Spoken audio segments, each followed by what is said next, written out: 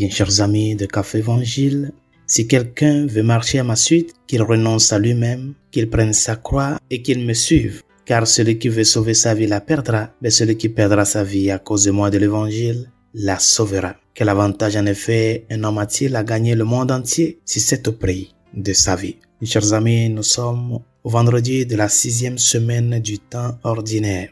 Et la première lecture de ce jour nous parle de la tour de Babel, de la construction de la tour de Babel, de comment l'être humain, dans son égoïsme si profond, a voulu s'édifier hors de Dieu. Et dans l'évangile, le Seigneur nous parle des exigences, les caractéristiques de celui qui veut vraiment être son disciple. Je voudrais, dans la relation entre les deux lectures, dans la première et l'évangile, parler aujourd'hui de ce qu'est la liberté humaine. De nos jours, nous pensons que la liberté, être libre, c'est faire les choses comme l'on le pense et comme on le veut, au détriment de ce que dit la Sainte Écriture, les dispositions morales, les dispositions légales. Le sujet humain de nos jours, c'est un sujet qui veut s'émanciper. Et on nous dit que cette émancipation, qu'est-ce que cela signifie? Être coupé de toute relation. De se couper de toutes sortes de relations qui veulent m'orienter à quelque chose. Je n'ai pas besoin que quelqu'un m'oriente, je veux m'orienter moi-même. C'est le sens que le monde d'aujourd'hui donne à la liberté.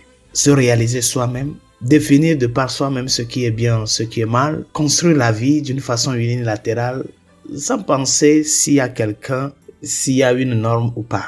Et c'est ça vraiment la liberté, par exemple. D'autre part, on pense que la liberté, c'est quand on a la capacité d'aller et de revenir. Celui qui est par exemple en prison, il veut être libre. Ben, la liberté du prisonnier, c'est ce que Saint Augustin appelle une liberté du fugitif. C'est-à-dire, une fois sorti, il ne fait que courir de par-ci, de par-là. Est-ce que c'est ça la vraie liberté? Être sous la pression d'aller et de revenir comme l'on veut? C'est dans ce contexte que meut notre monde aujourd'hui. Que je m'auto-définisse et je m'auto-réalise comme je veux. Et quand nous prenons cette analyse que je viens de faire et nous le plantons dans les différents aspects de la vie, c'est ce que nous voyons aujourd'hui.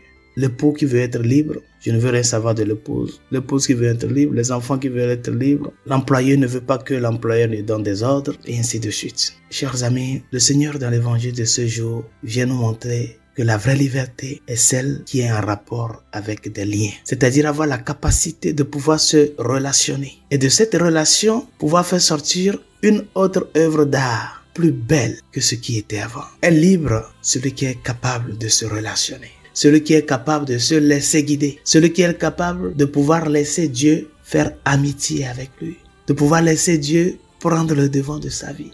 Et c'est ce que le ressuscité a fait avec ses disciples. Quand, après être libéré de la mort, le Christ est apparu à ses disciples, il a manifesté sa liberté dans ce lien-là avec eux. Il est revenu à la relation. Et dans cette relation, il y a plus une question de nécessité. C'est-à-dire, le Christ ressuscité est libre. Il est libre parce qu'il n'a pas besoin, par exemple, de manger. Mais au même moment, il est capable de manger. Il est capable de partager le pain avec les autres. Ne cherchons pas à construire notre vie en déphasage de Dieu, au détriment de Dieu, au détriment de ses normes. Ne laissons pas que l'égoïsme nous amène, l'orgueil nous amène à vouloir créer une forme de vie à notre manière qui, au final, nous rend esclaves.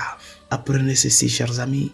La vraie liberté, c'est la capacité de se relationner. Et que ces relations, ces liens-là, peuvent générer une autre œuvre d'amour. Et c'est pour cela que le Seigneur dans l'évangile de ce jour nous le rappelle. Tu veux être libre vraiment? Renonce à toi-même. Renonce à cet égoïsme de vouloir faire les choses à ta manière, de vouloir construire la vie comme tu le veux, au détriment de Dieu, au détriment des commandements, au détriment des dispositions morales. Renonce à ces genres de trucs. Et toutes ces choses auxquelles tu es appelé à renoncer, transforme-les en une croix que tu portes et sur moi. Cela, tu parviendras vraiment à cette édification solide, vraie et judicieuse de la vie en union avec lui qui, prenant sa croix, n'a fait autre chose que de nous montrer le chemin.